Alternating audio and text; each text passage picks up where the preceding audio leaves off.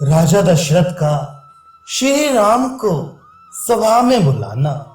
तब विश्वामित्र जी ने कहा, परम बुद्धिमान सत्पुरुषों, यदि ऐसी बात है तो जैसी मृगों का झुंड अपनी युद्धपति को ले आता है, उसी प्रकार आप लोग भी रघुकुल नंदन श्री राम को शीघ्र यहां बुला लाइए।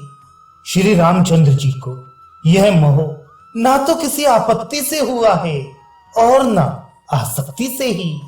वे विवेक और वैराग्य से संपन्न हैं, अतः उन्हें मोह नहीं बोध ही प्राप्त हुआ है, जो महान अभ्युदय कारक है।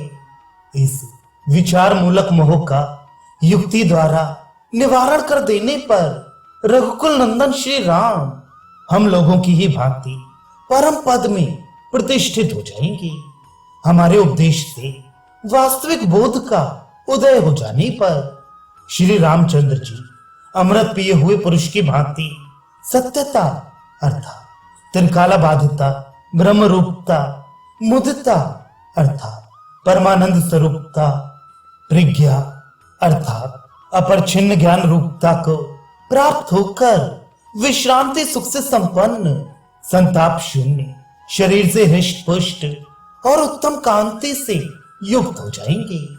फिर तो मन में अपनी पूर्णता का अनुभव करते हुए माननीय श्री रामचंद्र जी अपने वर्ण और आश्रम के अनुसार प्राप्त होने वाली व्यवहार परंपरा का निर्बाध रूप से पालन करने लगेंगे। वे महान सत्वगुण से युक्त तथा लोकव्यापी निर्गुण सगुण रूप परब्रह्म परमात्मा के ज्ञान से संपन्न हो जाएंगे।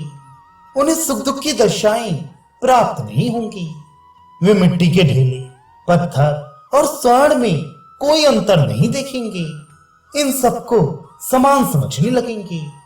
मुनिवर विश्वामित्र के यूं कहने पर राजा दशरथ बड़े प्रसन्न हुए, मानो उनका सारा मनोरथ पूर्ण हो गया। उन्होंने श्री रामचंद्र जी को बुला लाने के लिए बारंबार दूत पर दूत भेजना आरंभ किया। जब राजा और मुनि का संवाद हो रहा था, उसी समय श्री रामचंद्र जी अपने थोड़े से सेवकों और दोनों भाई लक्ष्मण तथा शत्रुघ्न के साथ अपने पिता के पवित्र स्थान राजसभा में गए। श्री राम ने दूर से ही महाराज दशरथ को देखा, जैसे इंद्र देव समूह से घिरकर बैठते हैं, उसी प्रकार वे भी राजाओं के मंडली से घिरे हुए बैठे थे। उनके दोनों ओर महर्षि वशिष्ठ और विश्वामित्र जी विराजमान थे। संपूर्ण शास्त्रों के अर्थ का ज्ञान रखने वाले मंत्री गण माला की भांति उन्हें सब ओर से घेर कर बैठे थे। इधर वशिष्ठ, विश्वामित्र आदि ऋषियों तथा दशरथ आदि राजाओं ने भी कुमार कार्तिकेय के समान सुंदर श्री रामचंद्र जी को दूर से ही अपने पास आते देखा। वे सौम्य और समदर्शी थे। उनकी आकृति मंगलमयी थी।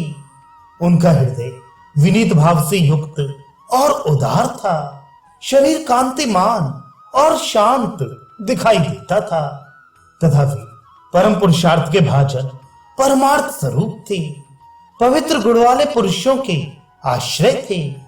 समस्त सद्गुणों ने मानो एकमात्र महान सत्वगुण के लोभ से उनका आश्रय ले रखा था। मुनीश्वर विश्वामित्र जब राजा से पूर्वोक्त बातचीत करते हुए श्री राम को बुलाने का अनुरोध कर रहे थे, उसी समय कमल नयन श्री रामचंद्र जी पिता के चरणों में प्रणाम करने के लिए उनके सामने आए। सबके सुहृद श्री राम ने पहले पिता के चरणों में मस्तक झुकाया। तदनंतर माननीय पुरुषों द्वारा भी मुख्य रूप से सम्मानित होने वाले दोनों मुनि वशिष्ठ और विश्वामित्र जी को प्रणाम किया। इसके बाद अन्य ब्राह्मणों, बंधु बांधवों तथा गुरुजनों का अभिवादन किया। तत्पश्चात राजाओं के समूह द्वारा की जाने वाली प्रणाम परंपरा को उन्होंने प्रसन्न दृष्टि से उनकी ओर देखकर अपने मस्तक को किंचित झुकाकर तथा मधुर वाणी के द्वारा कुछ बोलकर स्वीकार किया। इसके बाद दोनों महर्षियों ने श्री रामचंद्र जी को आशीर्वाद दिया। तदनंतर जिनके हृदय में अत्यंत समता का भाव भरा हुआ था, वे दैवोपम सुंदर श्री राम अपने पिता की पवित्र सन्निधि में आई। उस समय भोपाल दशरथ ने अपनी चरण वंदना करने वाले पुत्र को हृदय से लगाकर उनका मस्तक सूंघा।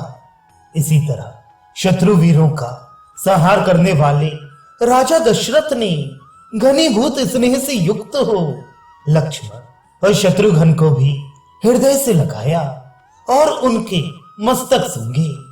फिर श्री रामचंद्र जी पृथ्वी पर ही परिजनों द्वारा बिछाए गए वस्त्र के ऊपर बैठ गए।